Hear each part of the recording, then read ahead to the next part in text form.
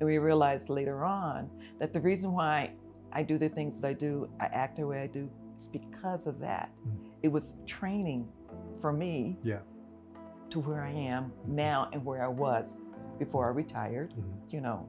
So communication is so important, and how you treat people, the respect for people is very important. And there are some battles that you just let them go, okay? And sometimes to win a battle, being quiet is the best thing that you can do, and you don't realize it.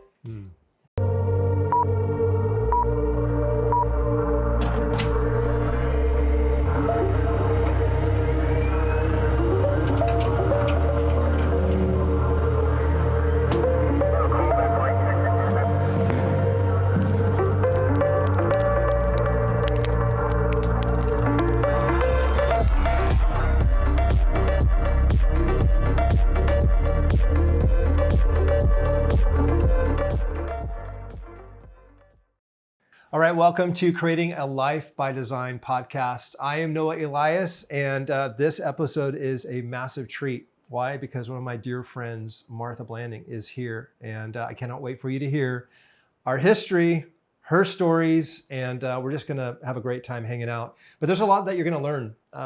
She has an incredible bio with her history with working for the Walt Disney Company. Her and I came together working on a lot of special events. We're going to unpack some really great memories, and there's going to be some strategies in here that you're going to be able to use in your own career and in your own life and your approach to life. So this is all about helping you gain those strategies that are going to help you live more on purpose and with more intent. So I consider Martha not only a dear friend, but when we've been doing life together for 18 years, you learn a lot. So I got a lot of master classes from Martha, but I thought, what an appropriate time that we can finally come together and you can hear from her directly, and we can have a great time on the show. So I just want to say welcome. Thank you. Glad that you're here. Thank you. Hey, quick question for you. I just want to start with the beginning so that everybody can see how it all started for you, because I know it, but I'd love for you to kind of just tell the listeners and the viewers kind of where things started for you with the company, but even before that, were you anywhere before Disney, and kind of like how did all that evolve? Wow. I started it, well, first of all, there are a lot of people that they dream to work at Disneyland, and it wasn't one of my dreams, but it wasn't a bad thing that I arrived there. Yeah. It was good, I think, on both sides, but it wasn't one of my dreams to work at Disneyland. So I'm from South Central Los Angeles. I grew up in Watts in the Compton area.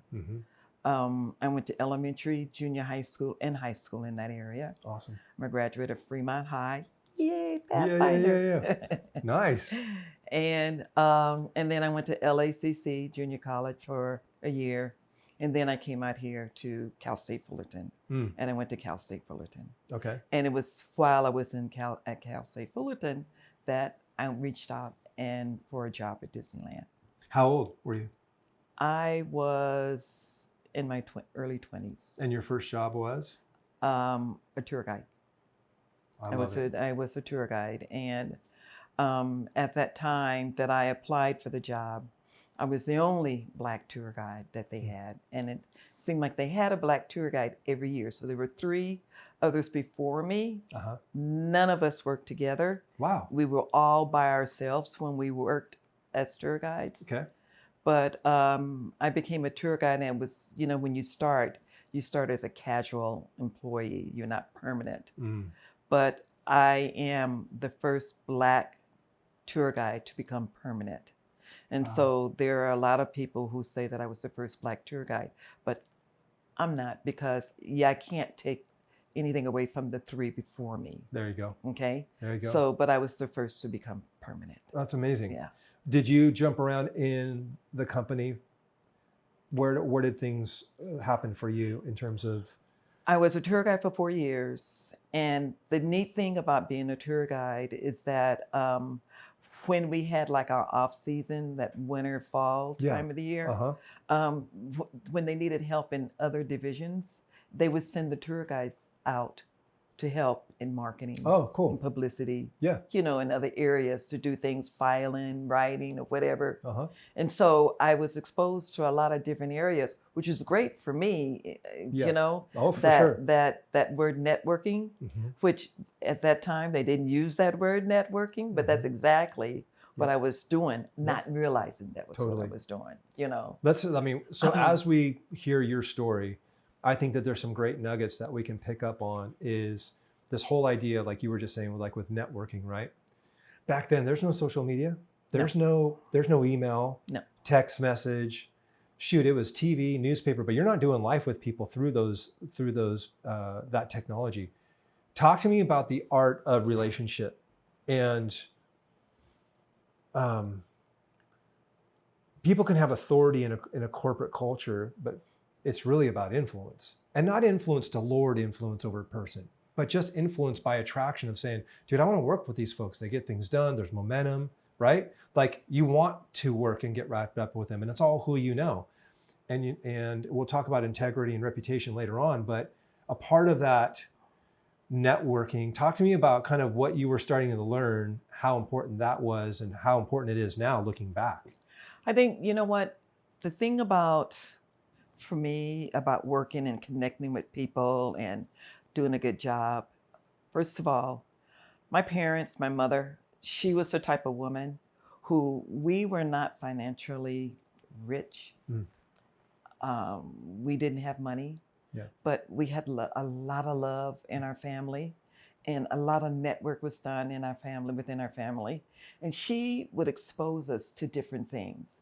Like she was a community woman. She worked in the community. She was PTA president of every school I attended, okay? And she had 4 kids. I'm a twin. I have a twin sister, and I have 2 brothers, so it was 4 of us. And so she was taking care of her family, her kids, but she was taking care of other kids also. But we worked in the community with her. We worked with the mayor. We worked with the police department. We worked with a lot of people. So she exposed us to a lot of things, okay? So because of that, which my sister and I were talking about it, and we realized later on that the reason why I do the things that I do, I act the way I do, is because of that. It was training for me to where I am now and where I was before I retired, you know.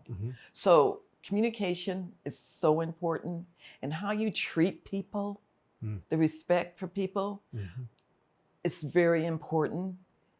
And there are some battles that you just let them go, okay? And sometimes to win a battle, being quiet is the best thing that you can do, and you don't realize it. There are others that you need to speak, and you speak, and you talk about it, okay? But that worked so well for me, and I continued it through my career at Disney. I did it as a tour guide, and as a tour guide, I learned even more. And as a tour guide, I learned how to handle people, because I would go on these regular tours. Then we had what we called VIP tours, where you're taking around celebrities and dignitaries. And so I learned how to treat people doing this. And you have people like movie stars. I had Cary Grant, Hudson, Cher, Elton John, Olivia Newton-John. I had a number of celebrities that you had to learn how to act with them. Totally. And then you have your Russian dignitaries that I had.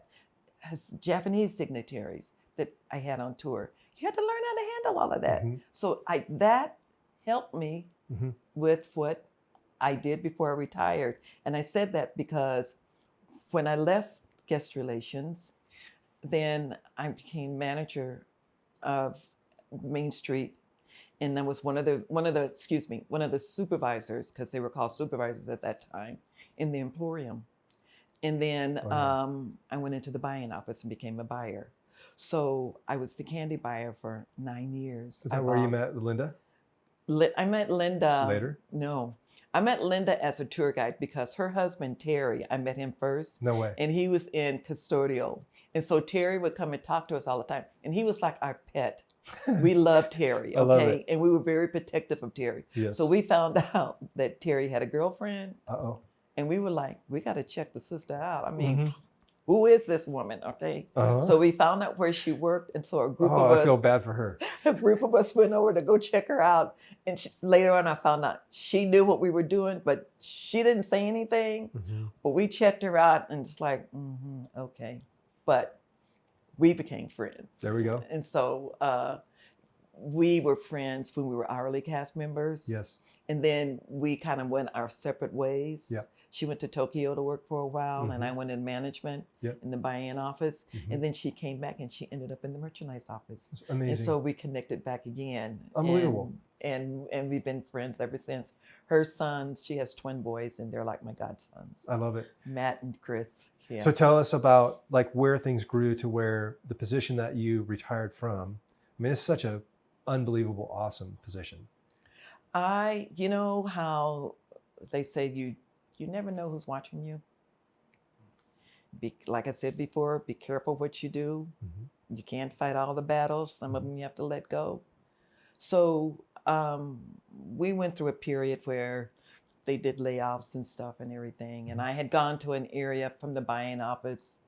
I was the last to go into this particular area. Mm-hmm. So I was the first to be let go. Mm-hmm. And so they gave me an opportunity to look in, before they really let me go, to look in other areas to see where I wanted to go, where I wanted to land and work. And so I went to my director and I told him, I said, I understand you guys are starting a special events area. He said, yeah, we are, Martha. And I said, I think I'll do good in that area. I want to try. I knew nothing about special events. You wrote the book. I know, but I knew nothing. Literally wrote the book. I knew nothing. It was just all of what I thought in my gut that should be done and how we do it. I did report to someone, but eventually she went away and I became the manager of special events. My favorite category to buy for was candy, and that was my favorite. I love buying candy. My office and my house looked like a candy palace during the holidays. Okay, they would just send, and everybody, let's go to Martha. Let's go to Martha's office. Totally. They didn't go to see me. They came to eat the food. Okay, which was fine, you know. But I love special events. Yep. That was my niche. There you go. I loved it, and I loved the good part of it. I loved the bad part of it. I loved the hard work. I loved the easy part of it. I loved everything about it. And that makes a difference. It makes a huge difference that you love what you do. It was like a hobby, that hobby that I like to do. And after a while, even my family would say, you're working too hard. No, I'm having fun. I'm having a good time. I enjoyed it. So I started out as the manager of merchandise special events after the person that before me, the other manager, was let go. And then I became the manager. But the way I got it is that RSVP, Joan Ryan, we were at the Disneyland convention in Florida, and she watched me handle guests. She knew that there was going to be a layoff. She knew that I was in special events, and they were deciding on what to do with me next. But she watched how I handled a really... That's why you handle yourself. Bad. It was kind of a bad guest problem. And she liked what I did. So when she came back, she told the merchandise manager, I want Martha in special events. I want her to be the manager of special events. And so when they gave me the job, they told me what Joan said. And I had the opportunity to tell her thank you and to tell her how much I appreciated it. Oh, that's amazing. And where in this point of your career, how old were you? Starting out in tour guide, then going to manager special events, was that halfway through your career or how far in? I was at Disneyland for 50 years, so no, it wasn't halfway through my career. Yeah, it was early on. It was early on. Wow, that's unbelievable. Talk about a little bit of, it's always easy to talk about the highlight reel, but you've had to overcome, there's every organization, doesn't matter if it's Disney or anybody, the world goes through transition, reorganization, you name it, new look, new vibe, new everything. Is there anything that you could share with us in terms of what I call the underbelly, like you talked about, the good, the bad, the ugly, of maybe a story or even a season of having to overcome and really just kind of look within yourself and go, hey, it'd be really easy to be responsive or reactive, but I'm gonna like you said, battles that you're going to fight. And sometimes that's yourself. Well, okay, the thing that you have to understand is that when I first started working at Disneyland, the park was 16 years old. There were not a lot of Black employees there during that time. Wow. Yeah, that's a great and point. there are not, I was the first Black female in management when I became a manager, okay? And so, and I say this kiddingly, but it's the truth. At that time, if I wanted to see another Black person, I'd go in the bathroom and look in the mirror because there wasn't a lot of us there. Yeah. And so the challenge is that when I went to meetings, I was the only one. There was nobody else, okay? Wow.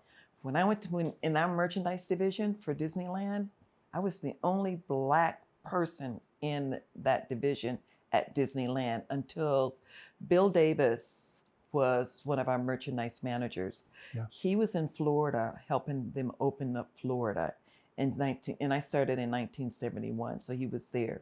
He came over later on, and he came to the merchandise office. So then it was Bill and I both, but he was much higher than I was. So it was the two of us. But the other thing, being the only Black and a female,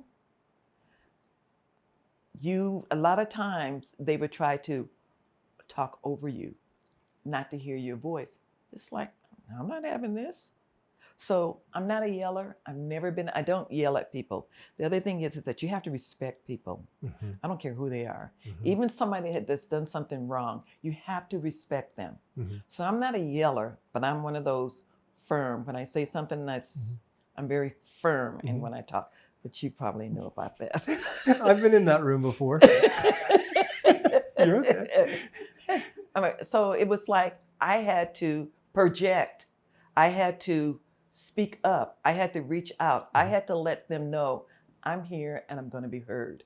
I'm not being mean, but I'm going to be heard. Okay. And they would, okay, she's not sitting over there sleeping. Totally. No, I'm not. Yeah. Let's talk. Oh, for sure. So then we would talk. So you have to, it's the way you carry yourself, the way you present yourself. And you don't want to present yourself in a negative way. Right. For me, being Black, being a female, I had to do 3 times better than that white girl sitting next to me because I'm Black. Okay? And that is one of the challenges that we have. And it's a challenge that we still have when we do things. It's gotten a little better because of everything that's been going on, but we still have that challenge. Sure. I have never been afraid of anybody where I am. Why? I've witnessed that. Okay. Multiple times. But why? Because I'm an adult and so are you. You're an adult too. I'm a human being and so are you, okay? Yeah. We may not put our pants on the same way because I'm a female and you're a male, but totally. Don't disrespect each other, okay? Because the other parts of it will fall into place. Yeah. And so, it wasn't that I demanded, but that's what I project. I projected that we give each other respect. So you did. But when you didn't, then we had a little talk. Yeah. And then I have this reputation of these eyes that expression. Yeah, and the finger. Not that finger. This finger. Yeah, that finger. That's correct. That finger, yeah. And it's like, did she give you the look? I said, yes, she did. Yeah. Then you need to. You can see that from across a convention center. It's like, start jumping over things and get over there as fast as you can. Yeah. And people ask, why are you leaving? It's like, Martha. They're like, oh yeah, we get it. We get it. But you know what? I didn't have my celebrities and my artists that I dealt with. They were special, and I wanted them to feel special. I felt, you're in my home, so I want you to feel special. Plus, I want you to come back. For sure. And I don't mean to sound like a big-headed, but every last one of my artists and celebrities that did something for me, when I asked them to do something, they always said yes. I never had any of them to say, I can't do it, Martha. If it was, I can't do it, they would say, Martha, let me see if I can move my schedule around so that I can make an appearance here for you. But I will do whatever you ask me to do. And you know what? I felt honored, and it also showed how I treated them. That's how, and my cast members that worked with me, I did them the same way. And I would tell them, I'm your leader. So if you have issues with a guest, I don't want you to take care of it. I don't want you to be abused physically or verbally. Just tell them, excuse me, let me go get Martha. Let me go get my boss. And I said, and I'll come and take care of it. Don't worry about it. Yep. That made them want to stay with me and not want to leave, you know? And it made me want to keep them also. I wanted them around me. I wanted to be with them. I wanted them to do things with me. And they did. Well, And see, the thing is about this conversation, you know exactly what I'm talking about. Yep. That's a good time to do it. Yeah. So here's that segues into something kind of funny. Do you remember when we met? Do you remember even when we started working together? It's been a long time. I know.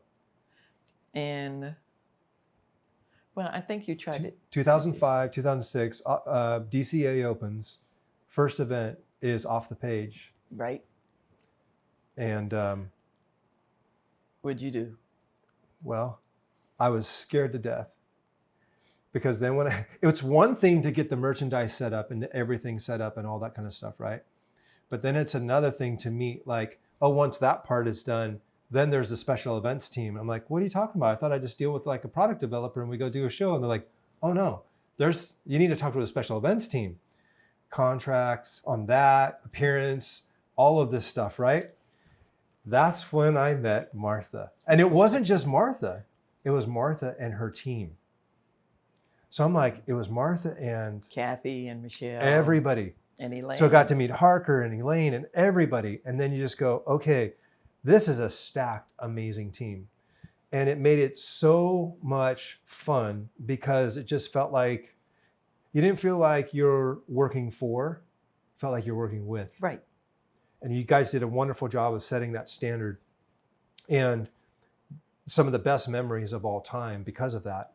And it puts you in a position when you do that with any vendor or any company working with vendors and partnerships and strategic alliances, it puts that person in a position of confidence to do what they've been designed to do really, really well. And I would just say that you set that standard and wrote the book and such a great job of it not only being implemented, everything else disappeared and I could focus on the guest at hand, making a fun day, and creating an experience. And that's, to me, what's really important. The second part I would say that was a really great job on your part was with your retirement taking place, your fruit is growing on everybody's tree. Your downline of who you've implemented these strategies and the book of Martha in terms of how that gets executed and all that. I mean, that's the true test of a legacy for me is you get to see what you've planted being exemplified through everybody else. So that was really incredible. And as you talk about relational equity, I do want to touch on integrity. Like I look at people inside of an organization is still a brand within a brand. You have like your name, who you are, what you do, and how you do it. Is there anything that you could speak to for those that are watching, like your go-tos as how important your integrity is, what your reputation stands for, the ripple effects of it. The decisions you make today will ripple into 20 years from now. That's correct. And one thing that I would say is, to that point, you might be working with somebody now, and through a reorg or through industry change, they could get re-navigated to a whole nother deal and you meet them again in 10 years. So it's good to make sure that you either put a great bow on it or build a bridge for something in the future. But how did you navigate what you might call a game of chess in the corporate world of shoring up your integrity and shoring up your reputation, keeping that intact for 50 strong years? How does a leader do that? You're right. My word is my word. And whenever I would be changed over to a new boss, and they would, of course, you'll have that first time meeting and you talking, and they knew about me. They had heard about me and stuff. But I would always tell them, you don't ever have to worry about being embarrassed by me. You don't ever have to worry about me dropping the ball. I'm human, but you don't have to worry about that. Yeah. If I make a mistake, I own it. Yeah. I will say something to you. I did it. I'll take the responsibility. Mm-hmm. And whatever the punishment is, I'll take it. But watch it, okay? Yeah, yeah, yeah. You know what I mean? Yeah, yeah. But, and they would look at me and I said, you will never, ever, because I don't want to be embarrassed. I do not want to drop the ball. Yeah. I don't want to let myself down. Yeah. So I'm not going to let you down. The other thing is that the people that you have working for me, you mentioned Michelle and Elaine and Kathy. You're right. Those three ladies, and there are others, Sonia and the others that I worked with, they're amazing. Okay, women, amazing. They say to me that they thank me for all the things that I've done for them, that if it wasn't for me, they wouldn't be. But if it wasn't for them, I wouldn't be. For sure. And I learned something from all of them. Michelle is smart as a whip. Kathy is smart. That damn Elaine, that woman, she is so good. And Elaine and I would have our little arguments and stuff, but that girl was good. Yeah. She was smart. And all three of them were. That helped me. But you know what? You got to let them do their thing. I'm not a micromanager. I want to make things easy for them. So I would try to make things easy for them so they could do what they needed to do. And that's important. If you don't let the people that work for you do what they do best, what do you need them for? Totally. You can't do it. Yep. You think you can, but you can't do it. That's right. You need to have help. You need to do it. So I let them do their job. I let them do what they had to do. Yep. And I am creating other stuff for us to do. And I know sometimes we did events. Elaine said, Martha, we can't do that. It's like, yeah, we can. We can do it. And she goes, we can't. Yeah, we can. We put our heads together and we did it. That's right. Okay. We work hard. And as long as they were there, I was there. Yeah. There were some occasions when I had to leave them, but I never asked them to do anything that I wouldn't do. We were there till late at night or had to be there early in the morning. I was right there. So they knew that they could depend on me.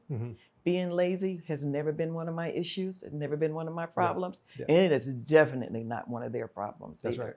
So that's important. So when I would do something for one of our VPs or SVP, they would see me coming in, they would go, everything is fine, Martha's here.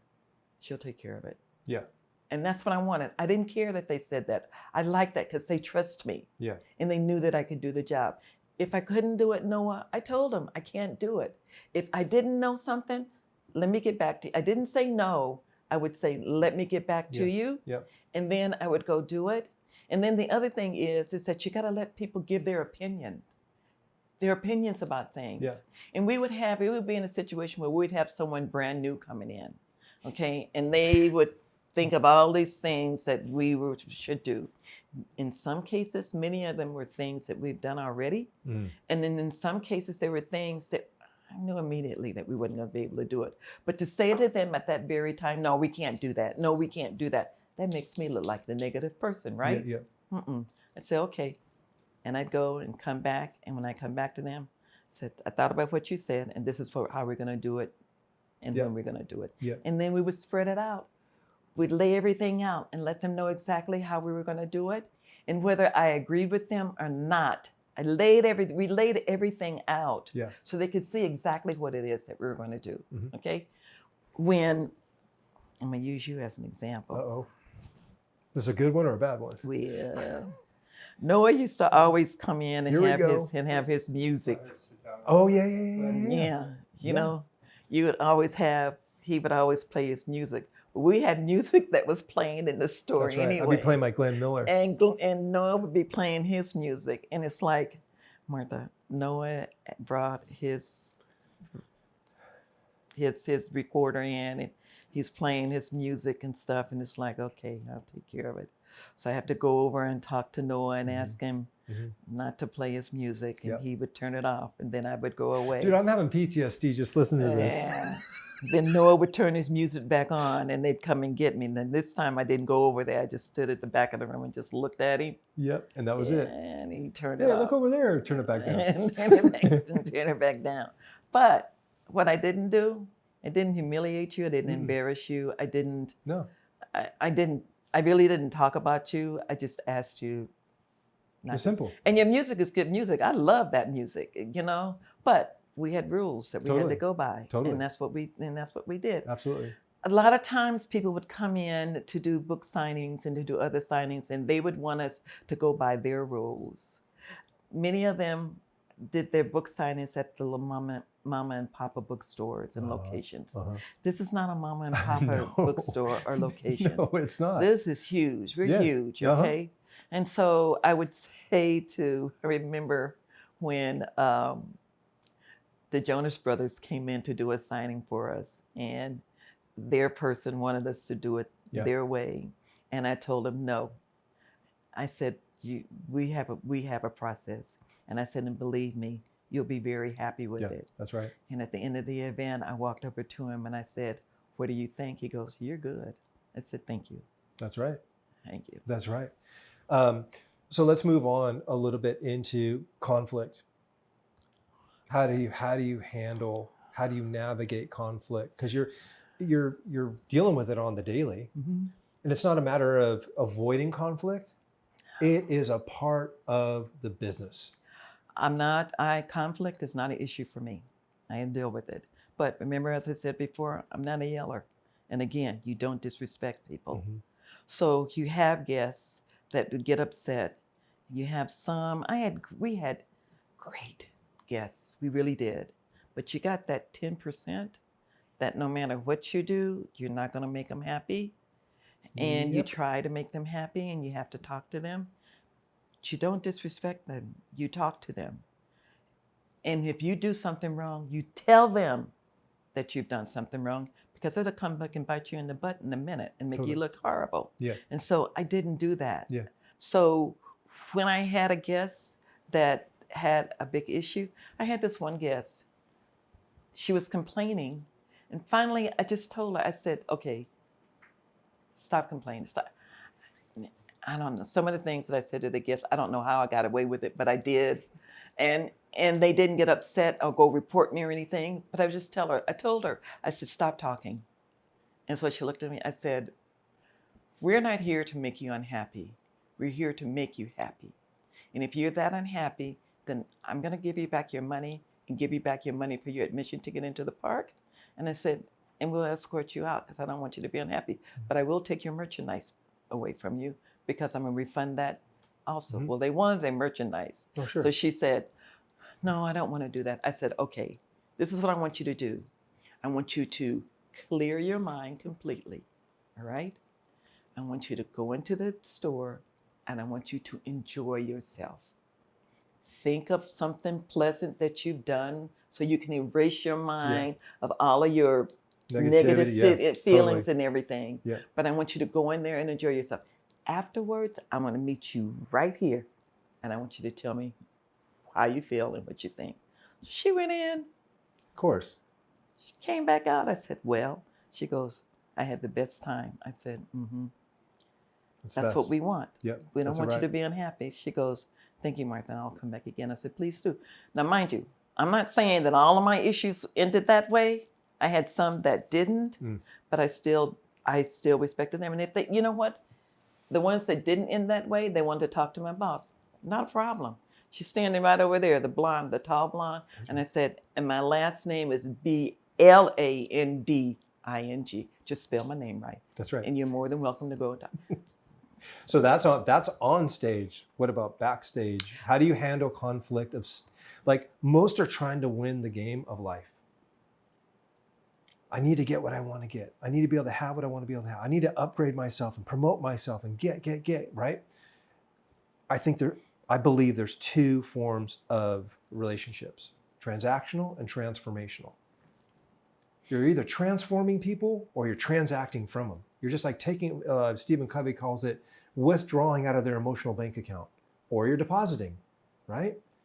So here you are, 50 years at one of the greatest companies that is dealing with change every day, people every day, vision every day. Everything's moving around all the time. How do you navigate conflict and not take yourself out of the game? First of all, when we had changes in backstage or layoffs or whatever you want to call them, thing is that there are certain things that are out of your hand, and you can't worry about it. And those things that are out of your hand, you don't worry about it. There's nothing you can do about it, okay? It's totally out of your hands. But things that are in your hand, that's what you worry about. So I had a lot of cast members that I mentored and that looked up to me. And they would come and talk to me. And I said, come and talk to me about your problems. I can't go fight your battle, but I can direct you or direct you to someone else that can help you. Yeah. And they liked that. And they would ask questions. And also, a lot of people, special events, and everyone thinks, oh, I want to go in special events. That's what I want to do, because they think it's so much fun, because they see the end part. Okay? Yeah, they see the highlight reel. They don't see the behind the scenes. They don't see the work that you have to do in the conversations that you. When I did a big event, I talked to everybody on all levels. I have talked to like a Bob Iger, all the way down to maintenance. And don't disrespect, I'm not disrespecting maintenance, but it was that level that you talk to. For sure. I talked to everyone. And I had to talk to Bob Iger because for our 50th anniversary, Diane Disney and her family came in, and they all came in for the 50th anniversary. And so they wanted to do like a family reunion, but someone had to pay for it. So I had to call Bob Iger's office. He paid for it, okay? So that, and I had to present, yes. And the only scary part was when I had to call him back and tell him how much it's going to cost me.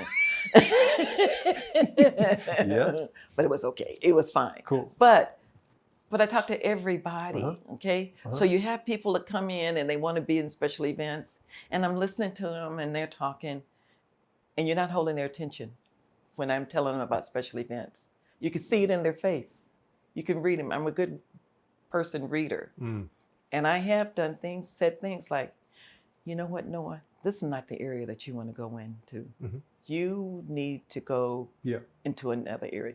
You need to reach out to other areas and kind of do a little networking and do a little talking. But special events is not your area. And I don't mean to hurt your feelings, but kind of, you're wasting your time. You're wasting my time, okay? So I did say that to one young lady, and she went and did something else. She's excellent in that area. But that's what people need. That's what people need to hear. Honesty. Is a mentor that's willing to be honest with you. Honesty. You need to be honest. And then again, if you have a problem, you do something wrong, and then when I come and talk to him, you got to tell him you were wrong. Okay, you shouldn't have done that.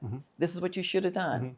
And I would tell them, don't come in here with a problem and tell me you didn't do it, and I find out that you did, because you know I'm gonna find out if you did, if you didn't. Okay, don't do that. Be honest with yourself, because if you're honest, I'm gonna forgive you. Okay, that other person's gonna forgive you, and then they'll send you on to do what you need to do. You'll do it. Well, let's look at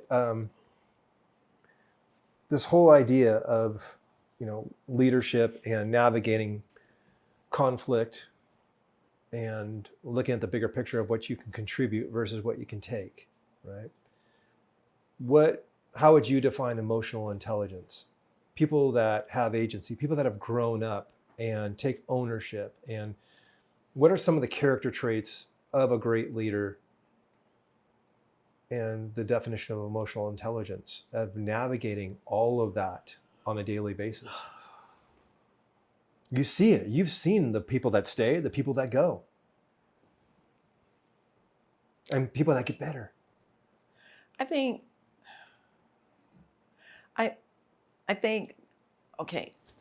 a good leader, I think it's someone that, a lot of times it's either you do it my way or you don't, or you do it at all. And I don't think that's right. And I don't do that. Okay. And I think that a good leader is someone that listens to what their workers are saying, okay? And others around them are saying. They're not going in and making a rash decision on something because I'm the leader. Yeah, totally. I'm here for the first. I just started. I'm the one. I'm gonna come in here and I'm just gonna change everything. Yeah. You don't know what you're doing. Yeah. You don't know what you're changing. You could change something. Or you don't know us. You don't know us. And there are sometimes, there are people that come in from the outside and they're good in what they do, but they don't know the Disney way. Now, I'm not saying that it's bad, but I just feel that when you're coming in from the outside, learn the Disney way and then put what you know together with the Disney way. And you may have some new changes to make after you look at everything and put it together. And that's okay. But don't come in here and just wipe everything out. Guns blazing. Right. You don't know anything. I had someone to come in, they didn't know what the electrical parade was. It's like, really? Okay. Describe that. What is the Disney way? What are the traits of the Disney way? You know what? It reminds me of a story that we did this panel discussion. And I was the moderator for it. And they were asking questions. And then we gave the audience an opportunity to ask the question. And then my sister came to this panel discussion. And so she's sitting in the audience. And we were talking about the Disney way. And so she raised her hand and she asked exactly what you're asking. What is the Disney way? And I looked at her and I said to the audience, I said, in case you guys didn't, that's my sister that just asked this question. And they started laughing. And I said, I can't tell you because if I do, I have to kill you, okay? That's good. How would you say are the character traits of it, though? What are the byproducts of the Disney way? What do people experience? It's, okay, learning the history of the park, learning the history of the company, learning about the characters that are in and what they play and how it interacts with everything within the company, learning who the people were that came up with all these different ideas about doing different things, learning how being one of the things that Walt Disney wanted his cast members to do is to be polite. When people come into Disneyland, he wanted them to forget about the outside, forget that siren that you hear out there and all those other things that you hear on the outside. That's the reason why the park is built the way it is. It's so that you can't hear the outside. So you're coming in to have a good time, to enjoy yourself, to be happy. He created that park because he didn't feel that his daughters had some place where they could go and enjoy themselves and really have a good time. You know? Yeah. Keep going. He wanted, and he wanted us to feel the same way. But with that, we even added more things and made more changes also. And no, I can't tell you too much because if I do, then I have to kill you, okay? Well, look at it this way. You've had the park that's been around forever, that when I observed it from a young boy going there, I started going there at 1 year old in 71. And I walked down Main Street constantly, not ever thinking I was going to do something with the company. My grandparents living down the street, about 2 miles away. So I'd spend my summer nights swimming and then crawling up on the roof and watching fireworks at 9:20, 9:25 every night. And then to later be walking down the street going, man, this place is unbelievable. It was amazing. Back then, it was still tickets like per ride. Right. And then it moved to, you could go in under one little price. And I remember when it first came out, that was really awesome. But as you look around, you just go, here's a man that had a vision to say, I'm going to create a place where the dad is a king, the mom is a queen, and the kids are prince and princesses. And when does mom feel like a queen? When the kids are happy. Right. And dad's happy when the family's happy, right? But then to not only create that place, but take what you would normally watch on Wonderful World of Disney to then be able to go shake a hand of a character in that park. I just observed that, and I felt this young. This guy built a piece of art that you get to walk into. I can go to a museum and walk in and look at art. The parks is one big giant installation. Then you take cast members as a layer of like a part of that art, like literally, like the experience of special events, artists, layers, silhouettes being cut out with Bob on Main Street. Like all of that layering creates one big giant piece of art. That way, so-called way, I think just trickles down through every single layer and creates this big, beautiful thing that most other companies try to recreate, but I just don't think it can be replicated. Everybody wants to create an experience, but the Disney way is over and above and far beyond because of how much history and how much layering. But it started with those values of like how you treat a guest and how special you make somebody. And that's exactly the way we want the guests to feel. Exactly what you said. We want them to feel happy. We want them to enjoy themselves. Yeah. We want them to come back. Yeah. And they do. And that's why we have so many dedicated Disney collectors, because they do feel like it's theirs. Totally. They feel like it's totally theirs. And you have many of them who think that they know more than we do. Yeah. And in a situation like that, I'm not going to argue with them about it. You look at the bigger picture. Exactly. And they're very proud, and I'm glad and I'm happy for them, and I'm proud of them. Yeah. That they are proud and that they want to spend so much time, not because of money, but that they want to spend so much time because they enjoy themselves. Totally. And the thing that I love creating magic, and I enjoyed making people happy. And there are I did several engagements, people who wanted to get engaged there, setting things up for them. I did many of those. I was happy to do them and made them very happy to ask their girlfriend to marry them. It was, they're beautiful, awesome. Beautiful occasions and stuff. So Martha, enjoyed working for Disneyland. And I felt that I had a reason for being there. And I also felt that I fulfilled that reason for being there. And I do it all over again. So a couple last questions, and then you get an opportunity to ask me any questions if you want. You may have to worry a little bit. What's that? That's fine. That's fine. What, as we wrap up, what do you think takes out a leader? What? Takes out a leader.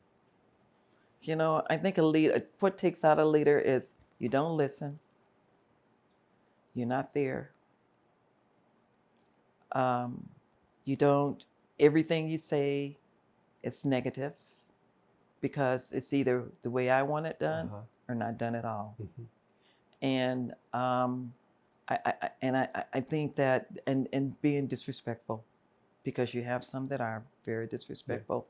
And the yelling and the screaming has got to go. Yeah. And there are many that do that. Yeah. Well, and going back to your team, Michelle, Elaine, the whole crew, right? Kathy, I've adopted over the last decade and a half that if you hire world-class people that don't require being disciplined and give them the autonomy, they'll produce world-class results. There is, but okay, you got to be honest. There are some issues that sometimes you do have to discipline, but it's the way that you discipline them. The bedside manner. Exactly. I don't believe in, I've always told the cast members, if you make a mistake on stage, I'll back you 100%, and then we'll go backstage and have a conversation. Totally. I never criticize them right in front of the guests. Yeah, for sure. We take care of the guests. I'm not saying that we don't take care of the guests. We do. Yeah. And then we'll go talk later on. I love it. And our conversation is a talk. It's not a yelling thing. And they know if they made a mistake or not. Well, I'll wrap it up with one last question for you. Then you can ask me whatever. That is loaded. Like I shouldn't have done that. But what are just some quick little nugget takeaways of your favorite memories where you actually stood there and went, I can't believe I'm here right now, that I get to be a part of this or be with this person, or like, just what were those standout moments that were just that you cherish, that were just so special? It's a lot of stuff. Any that come to mind? Just kind of first thoughts that hit, no in particular order of importance, but more of just that stand out to you, that mean a lot to you. I think the most important things are the people that I worked with. I think I feel very honored and very blessed that I had the team that I had to work with. Michelle and Elaine and Kathy and Sonia And then my other partners that I work with, Suzanne, Kristen, Andrea, and then my leaders. My leaders that when I left was Chris Shepard and Clark Jones. Yeah. Excellent. Yeah. And Amazing. great respect for them. Totally. And then some that have gone away, Mary Murray and Tony Garrison. Amazing. And they never questioned me. They let me do what I wanted to do. Yeah. They never said no. They might have looked at me funny, but I gave them the eye and they went on about their business. But that was a great moment for me. The 50th anniversary, when we put that together, and we got criticized by the guests very heavily. And they didn't think that we were going to make that event a memorable event. And they wrote letters to Bob Iger, and I had to answer 10 questions in front of the president of Disneyland and Greg Emmer. And I answered all the questions, and he goes, "What are they worried about, Martha?" And I said, "It's because they think they know more than we did." But we went from the back of that event to put things in to make sure that they had a good time. The proud moment is that when we had our big entertainment, and usually our VP would get up on stage to talk. And I said, "Marianne, you need to go up and talk." She goes, "No, I want you to do it." And I said, "No, Marianne, you need to do it." She had me to do it. And when I got up on the stage, I got a standing ovation from everybody. That's and the a thing, moment. Yes. And the thing is that ovation was not just for me. And I told him, and I started naming the other people that worked on the event. And when I got off stage, they couldn't believe that I mentioned everybody's name. Because it's not just me. No, for sure. I didn't do this by myself. Yeah. It takes a tribe whole and village. bunch of people to do Yep, this, yep. okay? That was very good. And then making the magic for people and Like making the them surprise and happy. delight? Like the surprise and delight. It was Yeah. very happy. But one of the things that I will never forget is that I did an event in the China Closet, and there was this family that came into the China Closet, and the boy was in a wheelchair, and he was immobile. He wasn't talking or anything, and I had on a rhinestone Mickey Mouse pin on a navy blue suit, Beautiful. and so it really shined. And they were coming around the register, coming around the merchandise. When he got to where he could see the pin, he looked up at me and he said, "Mickey Mouse." And his mother stopped and she said, "He hasn't said anything in a year." And I said, "You're kidding me." She goes, "No." Everybody in the whole store was crying, okay? And that's... Those are moments. That's a moment, yeah. That's a moment. So, and then they left the store, but they had a good time. Your retirement alone event of the guests that came on and watching you just get wave after wave of love and gratitude and, the fruit of your life of rippling through all these people that you affected and touched, and our family included. And I'll never forget the first time coming to Candlelight, and we got the kids on our arms and everything. And you have, and still do, have treated us like family. And watching that take place was like those are memories like, what are we doing here? You know what I mean? But then your sister and the rest of the team and all that, it was like, hey, we're all in this and we're all doing this together. And that was just such an amazing privilege to watch your retirement event. That was an event. It wasn't like a Zoom. It was an event, right? Yeah. Right? And then when Julie came on, Julie Andrews, Mary Poppins comes popping in. It's like, oh, this is not a recording. This is a real deal. Yeah. Like that goes back. Yeah. That Michelle Harker, she's amazing. Julie Andrews and The Rock, and Robert Irvine. And it's insane. It was just unbelievable. I I felt very honored, and the thing is that they all had to take time out of their schedule to do this. And you just said it. I did say they did this for me. Yeah, it's crazy. So now I'm going to give you the mic if there's any questions that you have. Or I do this on every show. Do you really? People can ask me whatever they want if there's anything they want to know. Otherwise, we can just put a bow on it. But it's up to you. I'm nervous. Noah. Yes, ma'am. I've known you for a long time. And I know the history of your life. Yeah. You've shared it with me. And from your beginnings. And to where you are right now and the trials and tribulations that you went through when you were young. Yeah. And when you think about that and you look at yourself now and you have 2 gorgeous kids, you have a beautiful wife who's wonderful. Well, she thinks she can cook a better carrot cake than me, but that's another show. That's another show. That's right. How do you feel about where you were and where you are now? Well, it's crazy because you've been a big part of it. Like I consider you mother, friend, mentor. You don't ever have to worry about you being honest. Like you'll shoot me straight, and you have a few times, and it made me better. God put people in my life. First of all, it's my relationship with the Lord. If it wasn't for the Lord, I wouldn't have Chantel.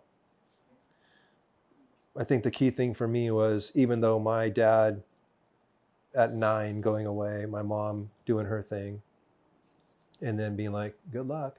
The Lord sent people into my life, my surrogate fathers, mentors, to kind of look out for me.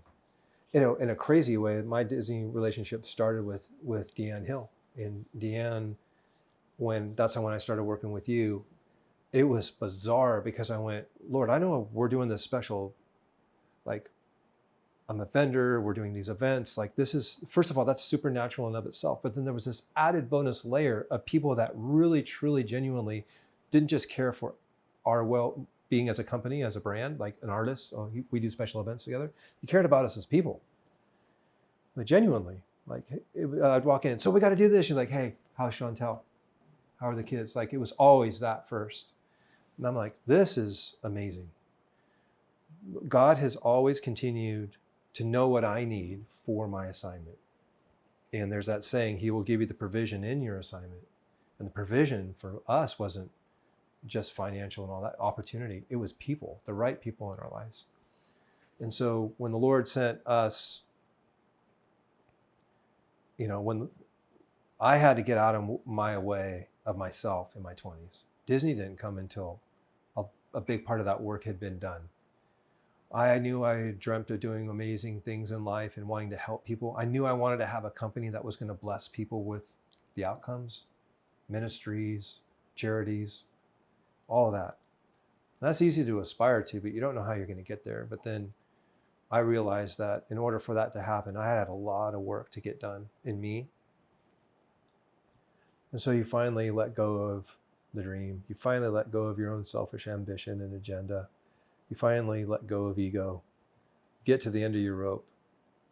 It was right there when everything came in. But it made me appreciate everything, and it scared me straight. So it'd be really easy to be here 18 years later and go, man, I'm glad I didn't screw it up. But every day it's still on point. A good fear of the Lord has elevated you to certain opportunities. Don't screw it up. And that's why I created this podcast. I'm like, keep people from themselves. Keep from screwing up. Keep God as your number one client, and then your spouse your number one client on earth, and your kids. You can't go wrong. Mm-hmm. That's my short answer. That was real short. Real short. Any more? You've been around me for a long time. So what have you learned from me? Oh, yeah. Yeah, I got that. First of all, walking into your office, and I'd always hit Linda's office because she had the red vines. I loved it. You have a really beautiful balance of super intense, like, hey, like coach, like, hey, like get your attention to all of us. But then you'd play just as hard. It was so beautiful. So the influence was like intoxicating. It was like, how can this person be so about getting things done in excellence to a pain point in a good way? Like, and we're on our game. And I don't know if you know Bloodsoe Barbecue, like. Oh, do we? Yeah. I'm taking that quote that he's got all the time, get your game right and get your game tight. You were always that for me. So I literally, still to this day, I have, just had an event and I'd be in pre-game mode. I'm like, get your game right, get your game tight. And it's like your DNA and your spirit lives in me of, and I'm dealing with Elaine now. And it's the same thing, but I'm like, how do I make Elaine, this is what you taught Lefty and me. And this is like a master class. Greatest thing you can do for any organization or strategic partnership. Get in, create value, and get the heck out. To where it's like, what just happened? That was amazing. Bring them back. You create drama. You create, I need this, I need that. It's like, hey, play the long game. You taught me to see the bigger picture. And I remember specifically a couple events where we had people going at it at the event. And I'm like, oh, this will be really interesting. And you were like, you looked them straight in the eye. You disarmed the bomb.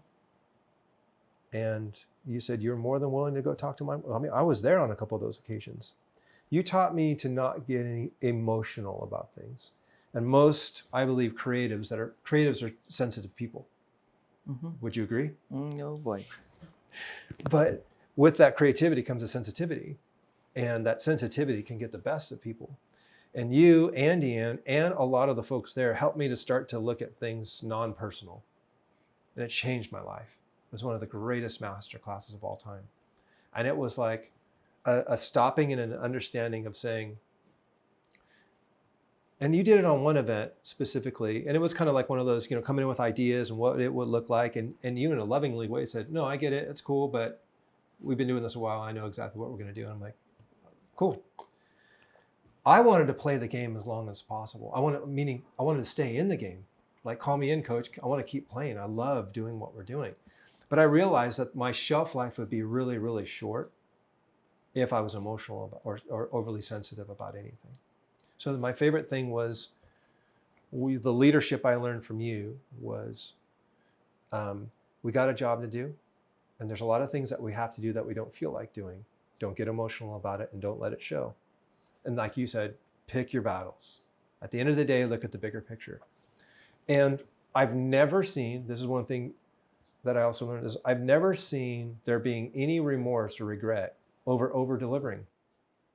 Well, they want this. Fine, give it to them. Like, here's all your money back, and let's do this. And then let's give you more love. And then we're going to bless you one more time. Take care. Hope you had an amazing day. Like, I've never seen any leader ever regret that. But it's when you try to go toe to toe, overly offended.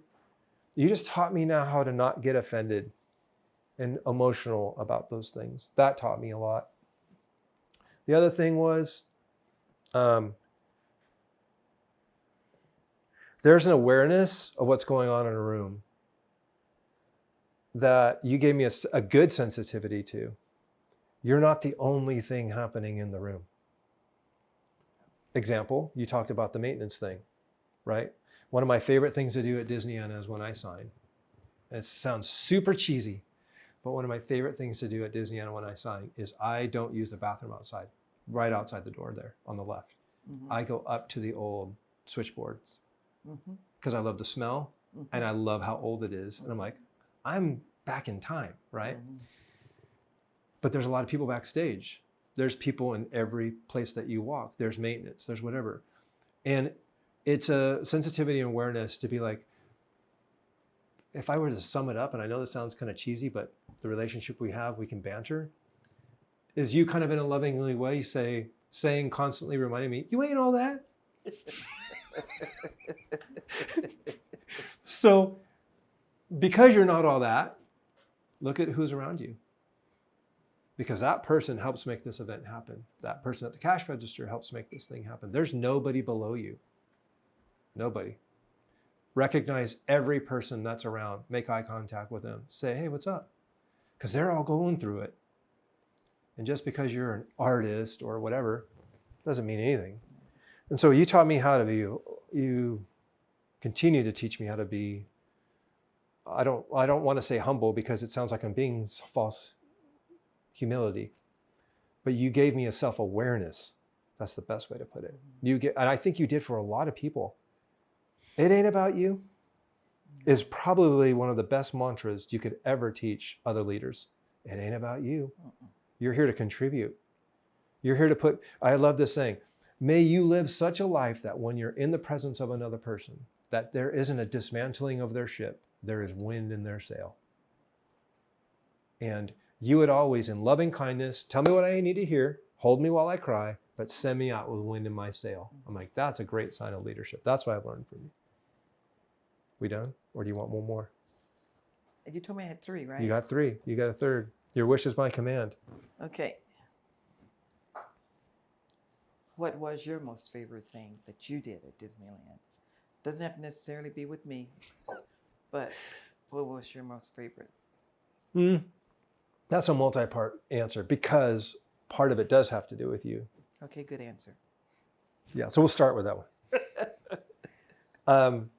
Being invited to Candlelight might be one of the biggest honors of any vendor. That invitation says so much. Like, and that's like, every time it comes in, I look at Chantel, I go, babe, Candlelight. And she's just like, awesome. Like that's sacred. Like literally, that's sacred. That never gets old. That's kind of like the Lord saying, I see you. And I see you through the people that are working around that recognize it, and make sure you keep it not all about you, right? And so that's a way that makes me sit there, and I'm in tears every time, just going, Lord, how in the world do you have a knucklehead like me standing on Main Street at Candlelight, representing one of Walt's vendors? I get to do this by invitation. There's nothing I did to get this. Like, you didn't ever plan to work at Disneyland. I never walked down and going, I gotta work here. I hope it wasn't even on my radar. And I got an invitation. Hey, I heard about, and when God gives you an invitation and calls you into the game and you didn't do anything to self-promote it, it is terrifying.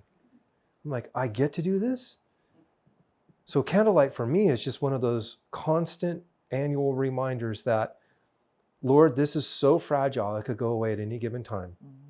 And I hold it loosely, but I cherish it. I savor it. And like when, so that's a moment. Then there's George Kalogridis. Here he is, president of Disneyland. And through you and through him, some extraordinary opportunities come into place. I had an opportunity to sit with him and city officials and the mayor and everybody. And again, I'm in that room going, why am I here? What am I doing here? And then I get the opportunity to partner with him on Chalk Hospital and doing marketing for the children's new ward that was going up to help represent Disney, a Disney artist. I'm like, what am I doing here? Then George goes, hey, grab Chantel and the kids. We're going to go have a tour of the Roundhouse and get on the train and let the kids ride the tender. And like, who are you talking to? Somebody behind me? Like, who are you talking to? Like, those moments are like, then walking out of the club at Club 33 at 1:30 in the morning, Chantel and I by ourselves because of another invitation opportunity to just, the entire park is empty. Going with Deanne and the entire park being shut down and going in to shoot reference for my paintings for Pirates of the Caribbean and the whole ride being shut down and being able to walk through the park or through it and get what I need. Then to do that at Mansion. Like, what am I doing here? People that I don't understand why God has me in their presence and being able to give vision and strategy. And Scott, you're wonderful. Lisa on DCA projects, like being invited to do things, the launch of World of Color and you on Pirates. And all of these things. And I'm like going, what am I doing here? And like, all right, do your job and get the heck out, because I don't want to screw it up. So I've got plenty, but I would probably say the heyday of Sonia and you and Holly and opening up D Street and the Vault and Wonderground and innovation and new ideas. And I mean, I was at Wonderground every month. And that was just a season. It's a new season now, which is a totally incredible new season, but those kind of seasons are incredible. And I think probably what I'm now experiencing, what you've experienced, is you taught me how to pay attention to the families that are growing up in front of you. There are kids that were in strollers or in a mom's belly that are now standing and graduating high school at a signing. Mm-hmm. And don't miss out on that. You get to grow up with families. Mm-hmm. And so to watch, like you have with us, like we just showed pictures of Griff, being a little kid, pay attention to the journey. Right. Because it's so easy to get to the end or to arrive or get to a certain point and then go, I didn't savor the process. Mm-hmm. Does that make sense? Mm-hmm. Short answer. Another short one. Anything else as we close out, or that you would like to just closing remarks to our listeners and viewers? Anything that, looking back, would you do it differently? Anything that you would change? Nope. I think the thing to close it out would be one thing that you said, and that was, I felt like I was doing a hobby. You weren't really working. You loved it. I did. So how did you make that something you love? I always tell people when you get a job or go into a new category, you make it so that you're happy. I mean, you can leave it like this and feel, I hate this, I don't want to do it, I want to do something else, and you make yourself miserable. Don't make yourself miserable. You want to enjoy what you're doing, so do it so that you fix it so that you enjoy what you're doing. Mm. And that's what I did. I always adjusted things to suit me in my office, to make me happy, but I got my work done. And I worked real hard. And when I retired, my friends and my family made me retire. And at first I said, I'm not going to retire. I'm going to work forever. And then I decided one day, it's time. Really? It's time for me. Was that hard for you? It was a friend of mine, when she retired, I asked her, I said, Lois, when will I know when I'm ready to retire? She said, you'll know. She said, you'll know and you'll do it. So I said, okay. And so one day I called my sister and I said to her, I think I'm going to retire. And she was like, what? I said, I'm ready to retire. I mean, that's a big move. Yes, it is.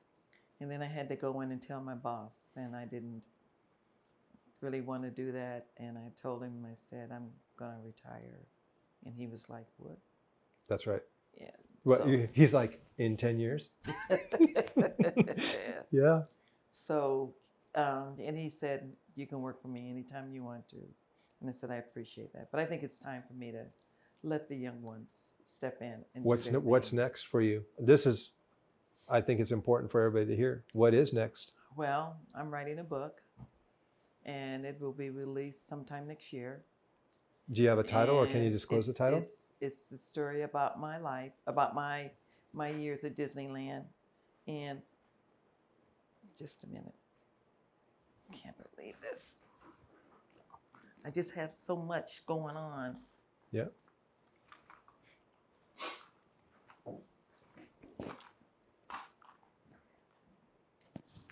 Here it is.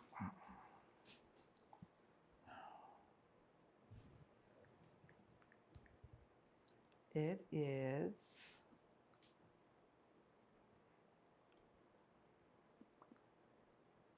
Are you ready? I'm ready. Groundbreaking Magic, a Black woman's journey through the happiest place on earth.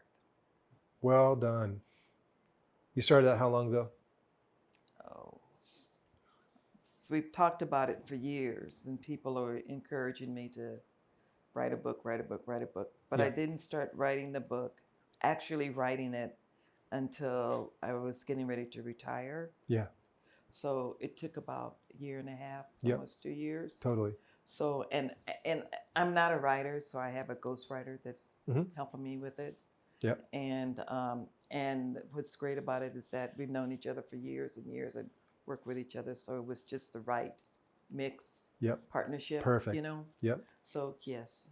Well, now hearing that I'm in it, I'm concerned in a good way. I'm like, which example and for what? I'm like, what to do or what not to do? Or is it just a good memory? I'm like so curious now. Oh yeah, I talked to Mary. Does Mary know? I guess you have to wait until the book comes out. Woo! Well, I'm so grateful for not only your friendship, your mentorship, your leadership, your example to me, but how this is also going to bless others. You know, we're talking one of the greatest careers. Most careers are 1 to 3 years now for most people, but you did something very, very well for a very long time and blessed a lot of people, including ourselves. So I'm just so grateful for your time today. It's awesome. Well, thank you for asking me to do this. I hope that I did help someone. I wish that I had someone like me when I first started working at Disneyland. Oh yeah. That I could talk to that looked like me. I had other people that didn't and they helped, but it would have been nice to have someone that looked like me. Yeah. And so that's why I always try to help others. For sure. Too. And I still do. I still have people reaching out and wanting to talk. And it's a pleasure to talk to them.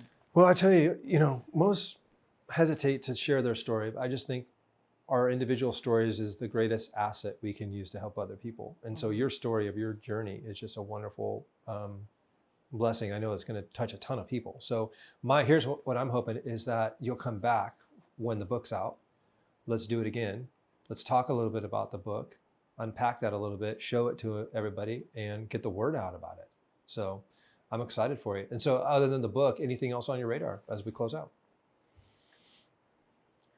I'm enjoying my family, enjoying doing things with friends that I couldn't do when I was working because I was working. Yeah.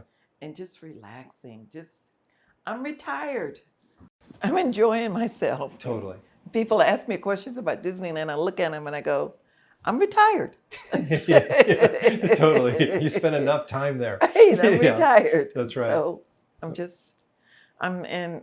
it's just the most important thing is just to be able to enjoy my family and friends. That's really important. Well, and to do some traveling. There's the term when it comes to a person with their, leadership and all that, you have finished very well. And those that worked with you are still living it out, and that's an amazing deal.